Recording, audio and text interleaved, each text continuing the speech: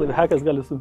Čia du dalykus iš to, ką tu pasakai, užfiksuočiau gal, kad kai tu sakai, žinai, kad paaiškint klientui, kad viskas brangsta, ten keičiasi situacija, priemonės, mokesčiai ten ir visa kita, ne? Tai visą tai galima ir reikia klientui paaiškinti, bet pas mus meistrai dažniausiai jie jaučia tokį kaltės jausmą. Ne? Jeigu tu tai darai su kaltės jausmu ir su tokiu pasiteisinimu ir teisinasi, žinai, ir kiekvienam klientui ten aiškinti, žinai, tu įsivaizduoji pas mane ir tas brang, ir tu jau tokioj vėl esi būsenai, kad tu esi toks, dėl to tau, tu negali pakelti tos kainos, supranti, tai tada ne 25, o tarkim vis tiek 20, nes aš negaliu, tai iš dalies tiesiog nuimti tą kaltės jausmą, nuimti pasiteisinimus, įmonės visos apskritai 2 kartus metuose kelia viskam kainas, apskritai iš vis jokios šitoj vietoj nėra niekam frustracijos ir tu moki tą kainą ir tu net negalvoji. Antras dalykas, ką tu pasakei, tai